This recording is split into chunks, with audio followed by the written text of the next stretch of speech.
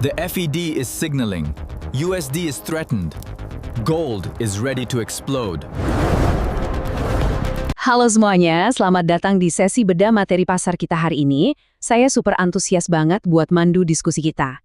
Sebagai Chief Market Strategist virtual kalian hari ini, tugas saya adalah ngejembatanin jarak yang seringkali bikin bingung antara apa yang lagi heboh di landscape makro global sama apa yang sebenarnya kejadian di grafik intraday kalian. Kita bakal ngambil data level institusional dari trading sentral dan ngegabunginnya sama pergeseran struktural raksasa yang lagi terjadi sekarang. Oke, nggak perlu lama-lama, mari kita langsung bedah semuanya. Nah, untuk agenda hari ini, kita bakal mulai dari melihat gambaran makro global, lalu lanjut bahas nasib dolar AS, tren emas, arah minyak, terus ada beberapa update teknikal ekstra, dan pastinya kita tutup dengan mindset trading yang pas. Oke, bagian pertama. Mari kita mulai briefing makro global kita. Kalian pasti merhatiin dinamika di dalam The Fed belakangan ini kan? Seru banget nih, mereka baru aja mutusin buat nahan suku bunga.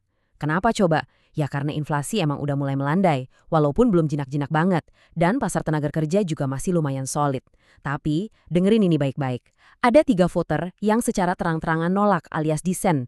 3 orang loh, ini bukan sekedar keputusan nahan biasa teman-teman, ini tuh ibaratnya kode keras. Perpecahan internal ini ngasih sinyal kuat banget kalau fase pengetatan itu udah kelar. Transisi menuju pelonggaran atau easing itu benar-benar udah di depan mata. Siap-siap aja, likuiditas bakal segera kembali membanjiri pasar. Dan yang bikin tambah menarik, The Fed ini nggak jalan sendirian. Coba kita bandingin sama Bank of Canada. Polanya sama persis. Kanada juga nahan suku bunga buat nyimbangin ekonomi domestik mereka sambil nunggu arah angin global. Jadi maksudnya apa nih? Kita sekarang itu resmi masuk ke dalam siklus jeda kebijakan global yang benar-benar tersinkronisasi. Ibaratnya, bank-bank sentral di seluruh dunia lagi nahan napas bareng-bareng. Masuk ke bagian kedua, mari kita bahas sesuatu yang pasti ditunggu-tunggu, nasib dolar AS. Nah, kita buka dulu sesi interaktifnya. Saya lagi lihat kolom chat virtual nih sekarang. Dan wow, ada satu pertanyaan menarik banget soal dolar AS. Pertanyaannya gini, dengan dedolarisasi global dan ekspektasi pemangkasan suku bunga, apakah indeks dolar AS atau DXY bakal anjlok hari ini? Ini pertanyaan yang ngena banget. Ini ngebuktiin ada tarik-menarik yang kencang antara narasi makro jangka panjang dengan aksi harga harian yang, ya kalian tahulah, sering banget bikin trader terjebak. Yuk kita bedah datanya. Coba perhatiin fakta ini. Di satu sisi, pandangan makronya emang bearish pelan-pelan. Ekspektasi suku bunga turun itu kan berarti imbal hasil dolar ikutan turun. Pamornya jadi kurang seksi, ditambah lagi ada tren dedolarisasi yang makin kerasa. Tapi, realitanya gimana? Data intraday dari trading sentral nunjukin hal yang bertolak belakang. Hari ini, potensi kenaikan justru lagi mendominasi.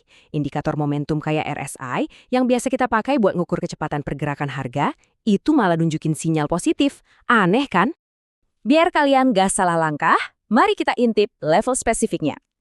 Trading Central netapin titik pivot intraday di XY hari ini di 98.72. Catat ya. Selama harganya masih nangkring di atas level krusial ini, preferensinya adalah ambil posisi long atau beli.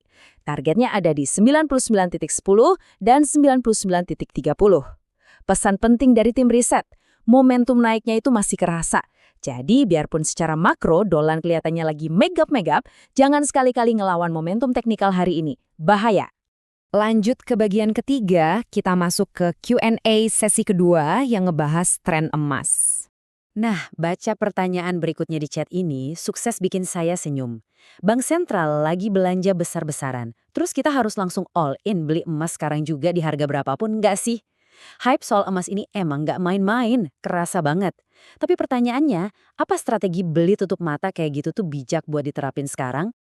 Kalau kita ngomongin fundamental makro, antusiasme kalian itu 100% valid. Nggak salah sama sekali.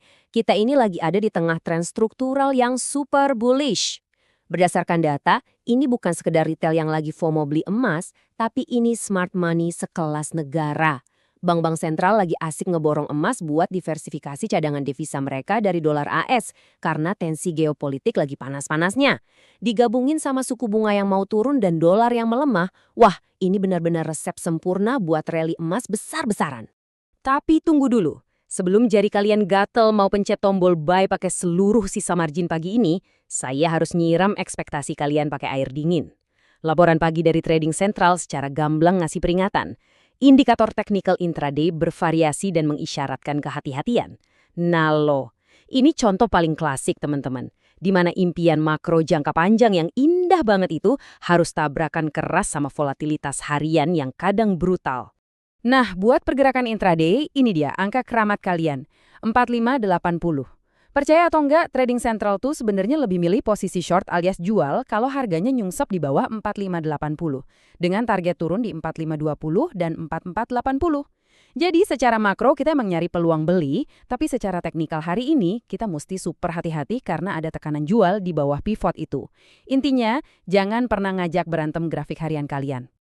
Bagian keempat, kita beralih ke Q&A ketiga soal arah minyak.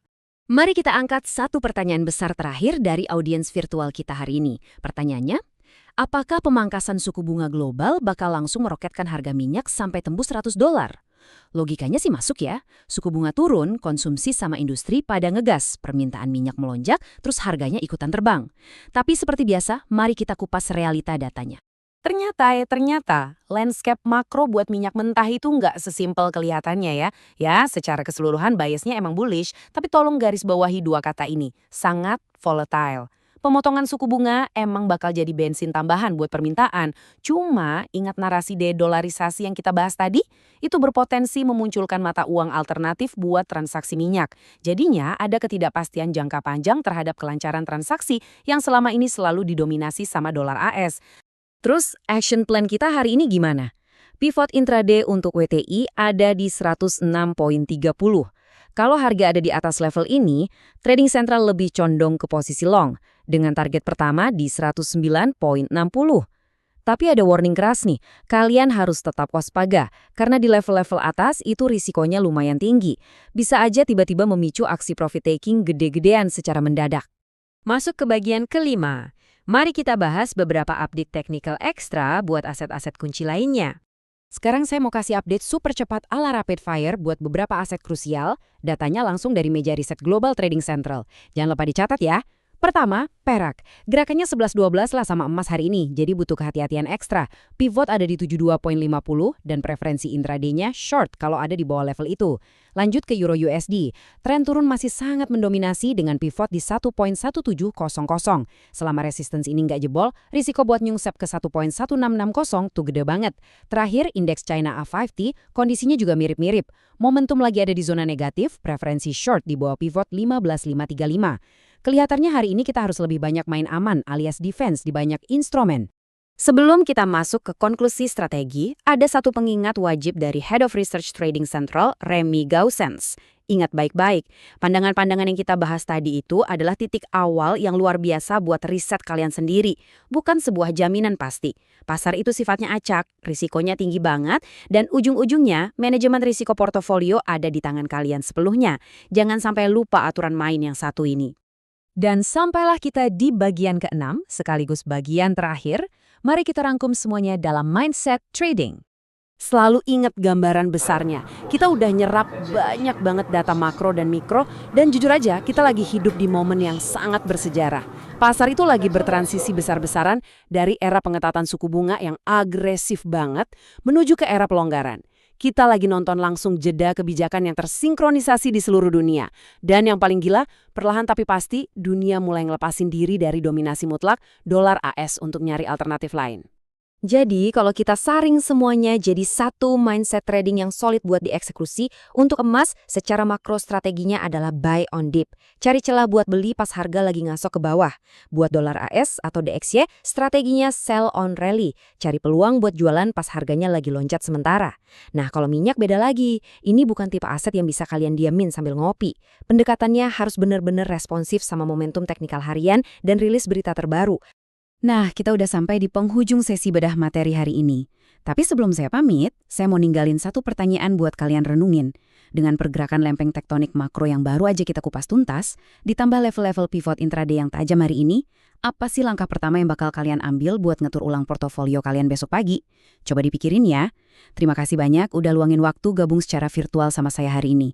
Tetap pantau grafik kalian, jaga margin dan selamat riset. Sampai jumpa di sesi berikutnya.